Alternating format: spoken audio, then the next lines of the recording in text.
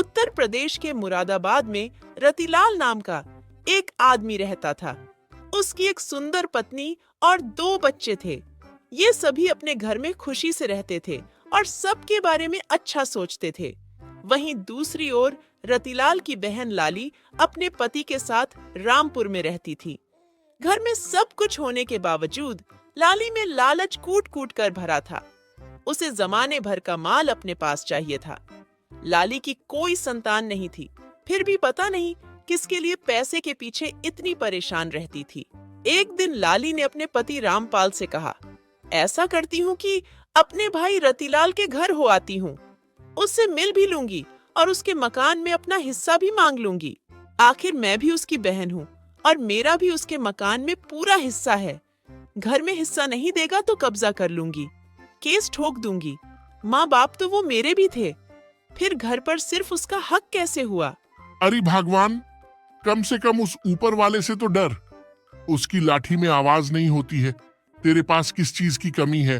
भगवान ने हमें इतना धन दे रखा है कि हम 7 जन्मों तक भी कुछ ना करें तब भी बैठे बैठे खा सकते हैं, और वैसे भी हमारी कौन सी कोई संतान है। हम किसके लिए इतनी माया इकट्ठी करें? तुम्हारा भाई तुम्हें इतना प्यार करता है और तुम उसके साथ ऐसा सलूक करना चाहती हो। कम से कम भगवान से तो डरो। वो सब मैं कुछ नहीं जानती, मुझे तो बस हिस्सा चाहिए। मैं भी उसकी बहन हूँ, क्यों नहीं देगा हिस्सा? ऐसा कहकर लाली अपने भाई रतिलाल के यहाँ आ जाती है। सभी लाली को देखकर बहुत खुश होते हैं, लाली को सेवा पानी करते हैं। कुछ देर बाद लाली रतिलाल से कहती है, रतिलाल, इस घर में मेरा जो हिस्सा है वो मुझे अभी दे दो। कैसी बात कर रही हो लाली? इस घर में हिस्से लायक है ही क्या? तुम्हें इस घर में इतनी रुचि क्यों है? अच्छा, ये ड्रामा करके हिस्सा हटाना चाहते हो तो क्या मेरा हिस्सा नहीं दोगे? मुझे लगता है मुझे पुलिस को बुलाना ही पड़ेगा। हिस्सा तो मैं लेकर ही रहूंगी। बहन, तू कैसी बातें कर रही है? हम खाते पीते तुझे अच्छे नहीं लग रहे क्या? हमारे पास इस घर के अलावा है ही क्या? दीदी, हम तो आपसे इतना प्यार करते हैं और आप हमसे हमारा भी सुख चैन लेना चाहती हो।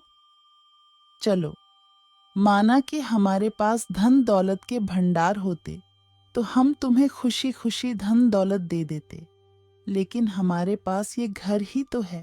वो सब मैं कुछ नहीं जानती, मुझे बस मेरा हिस्सा दो। तभी रतिलाल का लड़का आगे आता है। वो काफी देर से सब सुन रहा था। दुनिया भर की बुआ को देखो, वो अपने भाई पर जान छिड़कती हैं, और एक तुम हो जिसकी नजर अपने भाई के छोटे से घर पे है।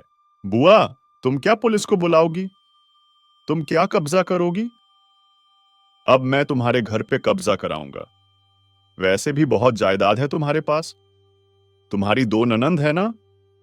अब मैं उनके पास जाऊंगा और उनको बताऊंगा कि तुम्हारी जायदाद में भी हिस्सा मांगे। अब तुम्हारी जायदाद और घर के 3 हिस्से होंगे। अब राजी रहना तुम, फिर हम भी तुम्हें अपने घर में हिस्सा दे देंगे।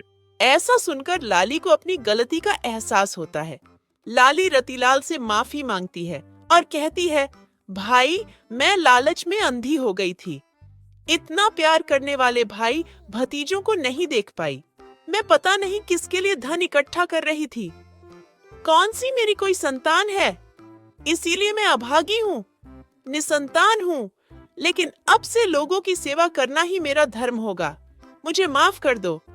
अब सभी खुश हो जाते हैं। अब लाली सुधर जाती है और सबकी मदद करना शुरू कर देती है। तो दोस्तों, इस तरह से लालची बुआ के लालच का भी अंत हो जाता है।